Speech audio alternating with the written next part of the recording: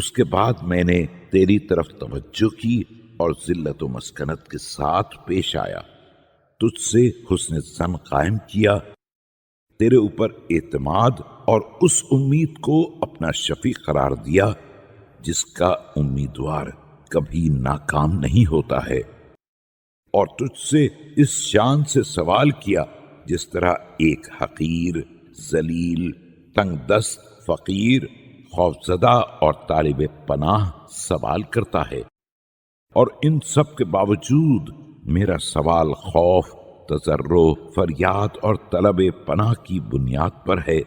نہ متکبرین کے تکبر کے ساتھ برتری کا طلبگار ہوں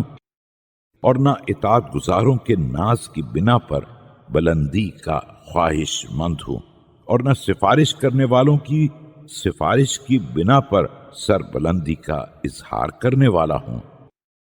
بلکہ میں ایک ذرے کی مانند یا اس سے بھی کم تر ہوں۔ لہذا اے وہ پروردگار جو بد عمل افراد کے عذاب میں جلدی نہیں کرتا ہے اور سرکشوں کو اپنی نعمت سے محروم نہیں کرتا ہے، لغزش کرنے والوں کو سنبھال کر ان پر احسان کرتا ہے اور خطا کاروں کو مہلت دے کر ان پر فضل و کرم کرتا ہے۔ میں ایک بد عمل، خطا کار اور لغزش کرنے والا ہوں۔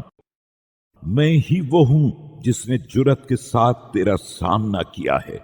میں ہی وہ ہوں جس نے قصداً تیری نافرمانی کی ہے،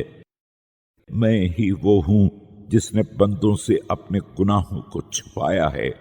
اور تیرے سامنے علل اعلان گناہ کیا ہے، میں ہی وہ ہوں جو بندوں سے ڈرا ہے اور تیرے سامنے بے خوفی سے آیا ہے۔